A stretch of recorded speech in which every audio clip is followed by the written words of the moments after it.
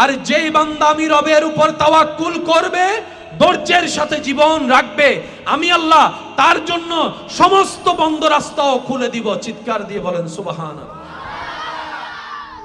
ঈমান আমানে সত্যি করে একটা কথা বলেন, আজকের এই তারিখে 5 বছর আগে কারো না কারো কি কোনো সমস্যা ছিল না? চেষ্টা করলে ব্যর্থতা তাই। মনে রাখবেন, হকের পথে শরীর থেকে ঝরা ঘাম কখনো বেঈমানি করে না। এটা একদম লিখে রাখবেন মাথা। আপনি যদি ঘাম ঝরাতে পারেন, পরিশ্রম করতে পারেন, এটার বেনিফিট আল্লাহ তাআলা আপনাকে দিবেন দিবেন দিবেন। এটাই রব্বুল আলামিনের ওয়াদা।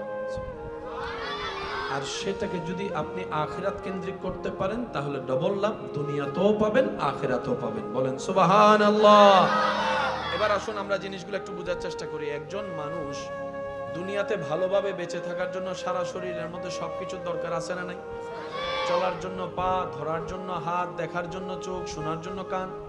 কিন্তু বড় চমৎকার বিষয়, এই পৃথিবীতে এমন অনেক মানুষ জীবন চলছে যারা চোখে দেখতে পায় না কিন্তু জীবন চলছে, কানে শুনতে পায় না কিন্তু জীবন থেমে নেই, 2 পা নেই হাঁটার মতো, তারপরও চলছে। ব্যাপার কি? আল্লাহ পা ছাড়া তো চলে না। রব্বুল আলামিন বলে, যাকে যেমন আমি রাখি সেভাবে চালাইতে পারি, সেটাই তোদেরকে দেখাচ্ছি। তোরা এটা ভাববি না চোখ ছাড়া চলে না, আমি আল্লাহ চোখ ছাড়াও চলাইতে পারি। তোরা এটা চিন্তা করিস না কান চলে গেলে আমার জীবন অচল হয়ে যাবে। রব বলে যে অনেক বয়রা বদির কি আমি আল্লাহ চালাচ্ছি, খাওয়াচ্ছি। যার 2 পায় না তাকেও খাওয়াচ্ছি, চালাচ্ছি। যার হাত নাই তাকেও খাওয়াচ্ছি, চালাচ্ছি। রব বলে, বান্দা এগুলা তোদেরকে আমি দেখাই কেন? যাতে তোরা আমি রবের উপর পরিপূর্ণ বিশ্বাস, তাওয়াক্কুল, ভরসা করার মতো করতে পারিস। মনোযোগ আছে কি আপনাদের? ইনশাআল্লাহ। আজকের তারিখে 5 বছর 10 বছর আগেও কারো না কারো বিপদ, সমস্যা, অভাব, ঝামেলা, কষ্ট ছিল। তখন মনে হয়েছে কেমনে পার হব। আল্লাহ আপনাকে এমন ভাবে পার করছে, এখন 2025 সালের আজকের তারিখে আপনি চলে আসছেন। সুবহানাল্লাহ, জোরে বলুন ভাইজান। একদম একদম রিল্যাক্স, আর কিছু করা লাগবে না। জি, করোনা কালীন সময়ে এই পরিস্থিতি চেঞ্জ হবে কে কল্পনা করে নাই? মানে এমন ভাবে হঠাৎ করে আচম্বিক একটা ভয়াবহ দুর্ভিক্ষ আমাদের সামনে চলে আসছে, দুর্যোগ চলে আসছে। সেটাকে ফেস কিভাবে করব সেটা নিয়ে বিশ্ববাসী চিন্তিত হয়ে গিয়েছিল। কিন্তু সেই করোনা গিয়ে আজকে 2025 সাল, আপনি এখনো বেঁচে আছেন। রাস্তায় ঘোরা পাগল বেঁচে আছে, এসির মধ্যে থাকা মানুষ করোনায়। আর একটু জোরে। অনেক সময় ভ্যাকসিন দেওয়া মানুষ কবরে গেছে, আবার অনেক সময় ভ্যাকসিন না দেওয়া মানুষ বেঁচে এখনো আছে।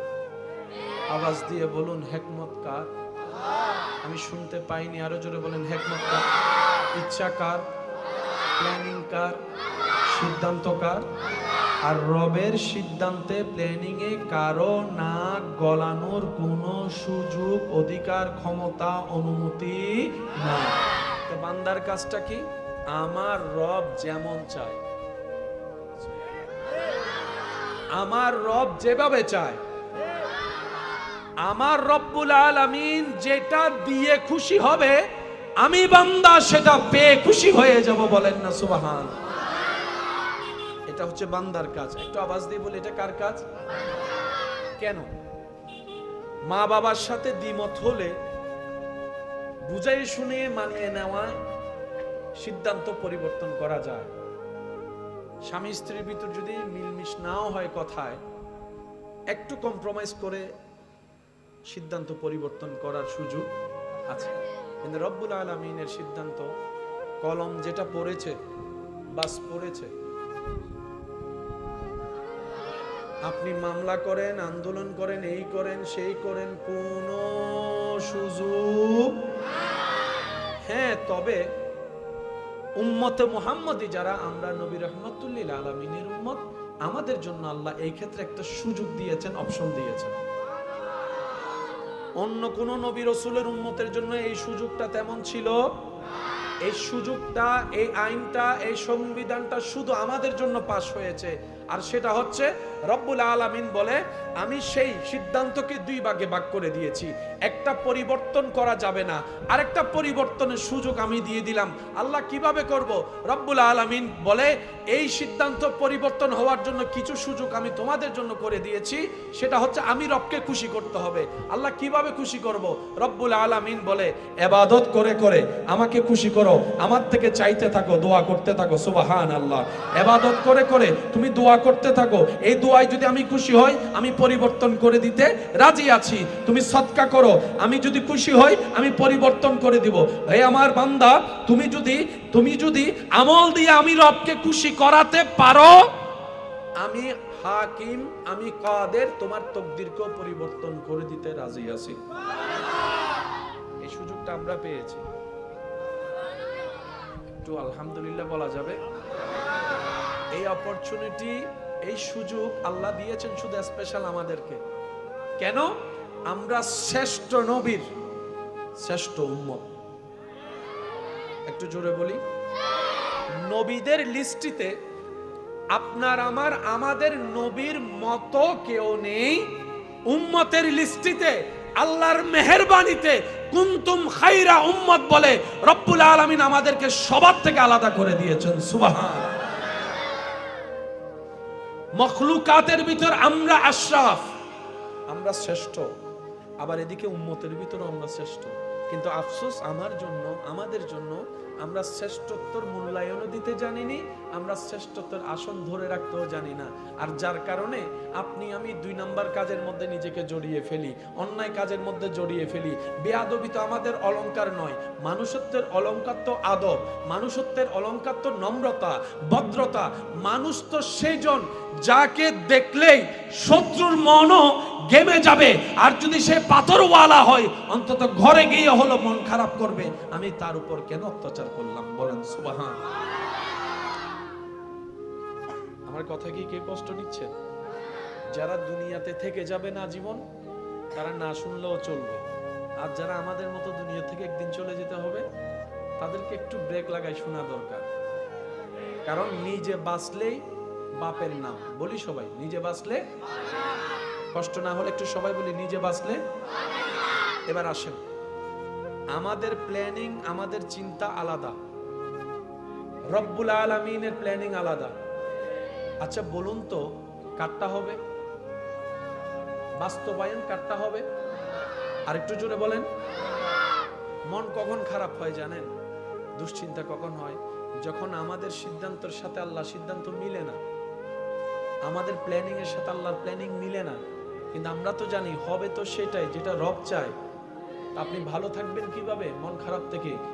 সূত্র একটাই, রব যেটাই চাই সেটাই আপনার চাওয়া বানিয়ে ফেলেন। কাজে কাজ হয়ে যাবে, মনও আর খারাপ হওয়ার সুযোগ হবে না। বলেন না সুবহানাল্লাহ। রব আপনার তকদিরে লিখে রেখেছেন সেই স্ত্রী যার বাড়ি হবে অমুক জায়গায়, আর আপনি এখানে একজনের ডিস্টার্ব করে করে পাগল করে ফেলতেছেন। লাগছেনি ফেস? যে কথা বলে না, লাগছেনি ফেস? আল্লাহ আপনার রিজিকের ব্যবস্থা রেখেছেন অমুক জায়গার দোকানে, আপনি আমি বিশার জন্য পাগল হয়ে যাচ্ছি বাইরে, মিলে না। সেজন্য আমরা জানবো কিভাবে, বুঝবো কিভাবে? সেটা হচ্ছে রবের রহমতের উপর ছেড়ে দিতে হবে।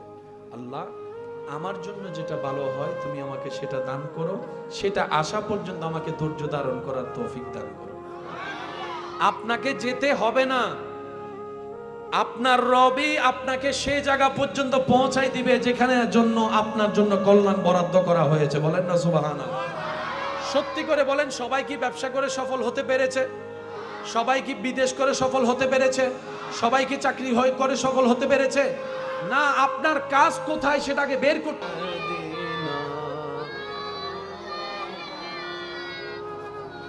जग में जब आए मोहम्मद इस्लाम जिंदा हो गए।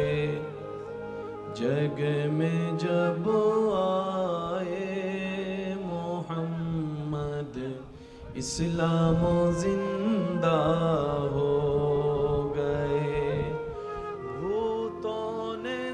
वो कलमा पढ़ा काफिर मुसलमान हो गए, जग में जब आए मोहम्मद इस्लाम जिंदा हो गए। अल्लाहुम्मा सल्ले अला